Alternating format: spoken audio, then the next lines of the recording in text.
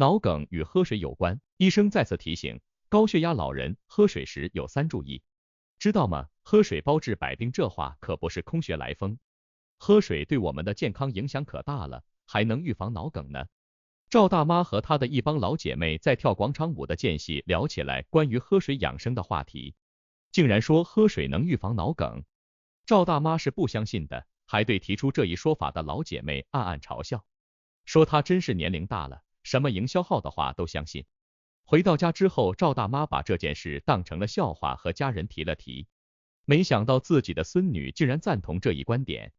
她认为虽然说喝水包治百病太夸张，但多喝水确实能预防脑梗发作。有医学研究表明，急性心梗、脑血栓、高血压、高血脂等疾病在病理上都与血液粘稠度的升高有关，而喝水又能够稀释我们的血液粘稠度。我们认为脑梗的发作在一定程度上与我们身体缺水有关。随着年龄的升高或者其他疾病因素的影响，我们的血管老化，血管壁受损，血液中的凝血激酶也会随之增多，促进凝血酶的形成。与此同时，血液中制造抗凝物质的前列环素也会减少，在这样的作用下，容易产生血栓。而水是万能的稀释剂，它能稀释我们血液中的凝血酶，从而降低脑梗发生的风险。尤其是高血压、高血脂的患者，他们的血液粘稠度比正常人要高，喝水更是有好处。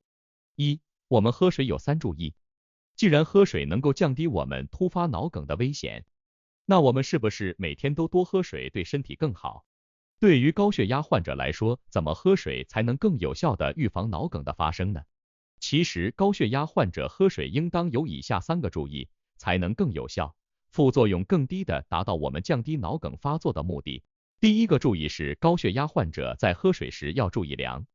虽然喝水能预防脑梗发作，但我们也要控制喝水的量，尤其是高血压患者，喝水的量太多反而还会导致血压波动，增加我们的心脏负担，对我们的身体并不好。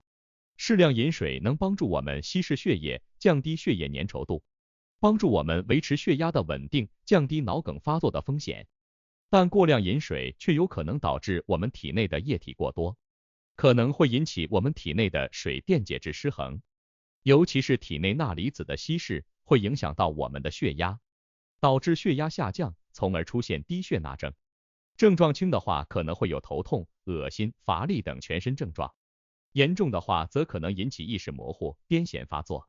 那高血压患者喝多少水算适量呢？患有高血压的人可以根据医生的建议和自身的情况来视情况而定自己每日的喝水量，还可以根据天气条件来调整自己的饮水量，比如夏天出汗多可以多喝一点，如果今天吃饭比较咸就多喝一些水等等。我们通常建议大家每天的饮水量以2000毫升到2500毫升为宜。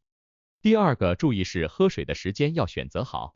曾有一位专家在统计后指出，晚上睡前和早上起床后喝水能有效降低心源性猝死的几率。我们在睡觉的时候，身体消化系统还在运行，这就导致在晚上我们的身体会消耗大量水分，体内的血液粘稠度就会在这时升高，尤其是在冬天。每日的清晨更是脑梗的高发时间，因此在晚上睡觉之前和早上起床后喝1小杯温水，在降低脑梗几率上可以达到事半功倍的效果。在睡前充分补充水分，可以提前预防血液粘稠度的增高，有效防止身体缺水。而清晨睡醒起床后空腹喝1杯温水，清晨起床的时候人体的血液粘稠度是最高的，这个时候喝水能快速稀释血液，有效预防脑梗发生。第3个注意是，喝水尽量喝白水，少喝茶水饮料。很多人在喝水的时候，因为不喜欢没有味道的白水，而选择喝茶水等饮料，老年人更是喜欢喝茶。但我们并不建议高血压患者喝茶水饮料，茶水里面含有大量的咖啡因，有兴奋的作用，会升高我们的血压。咖啡因还有轻微的利尿作用，可能会导致我们夜尿增多，还可能不止达不到补水的作用，反而使我们的身体缺水。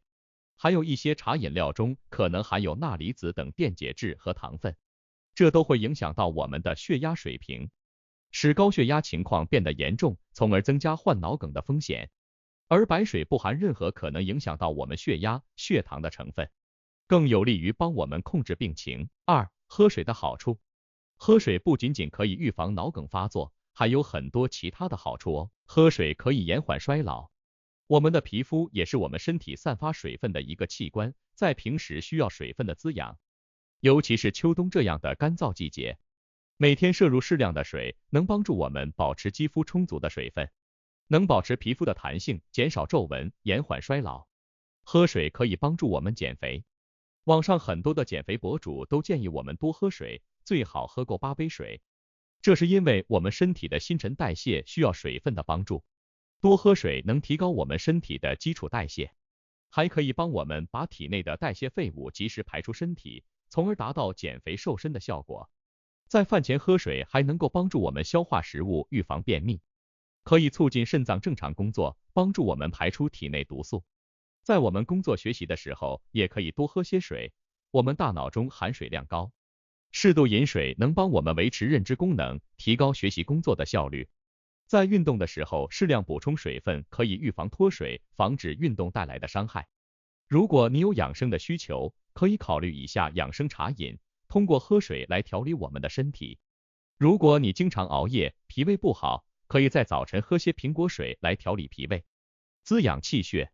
我们只需要将苹果切块，再加几颗红枣，一起放入养生壶中煮半个小时即可。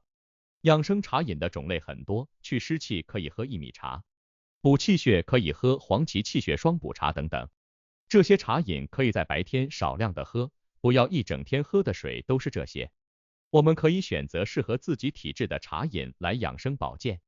3. 如何正确的喝水？喝水对我们的身体有如此多的好处，可我们平时喝水有很多误区。那我们应当如何正确的喝水呢？在室内温度偏高的时候，不要喝隔夜的茶水。这个隔夜的茶水不是指过了夜的茶水就不能喝，而是说时间过长的茶水不要喝。室内温度高的时候，时间一长，细菌就容易在茶水中繁殖，喝了这种水很容易造成细菌感染，让我们生病。不要等到口渴的时候才喝水。很多人平时没有喝水的习惯，只有在口渴的时候才会想起来喝水，但这一做法并不正确。我们没有感到口渴，并不意味着我们的身体不缺水。事实上，在口渴的时候，意味着我们的身体已经进入了极度缺水的状态了。在口渴的时候才喝水是无法维持身体的健康状态的。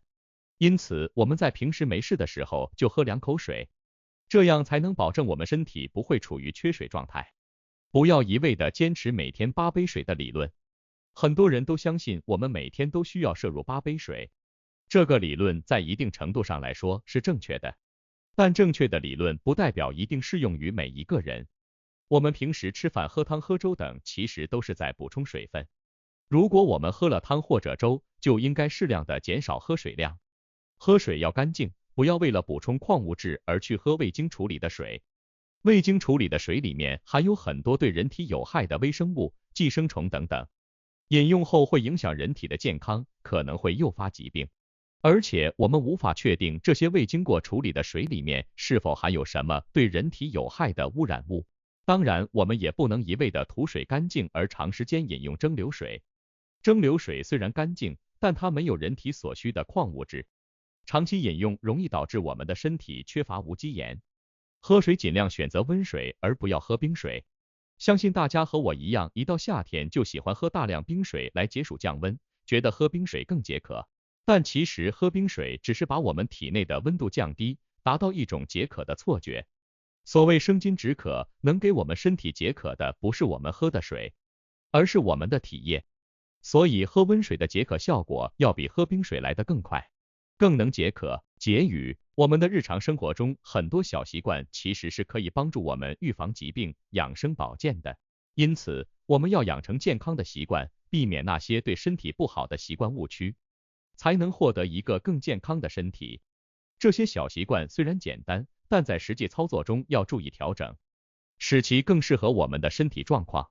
不过，虽然这些小习惯对我们的健康有帮助，但它并不能代替医疗手段。它对我们身体的影响并不是当时就能见效的，需要我们长期坚持才可能会有一些效果。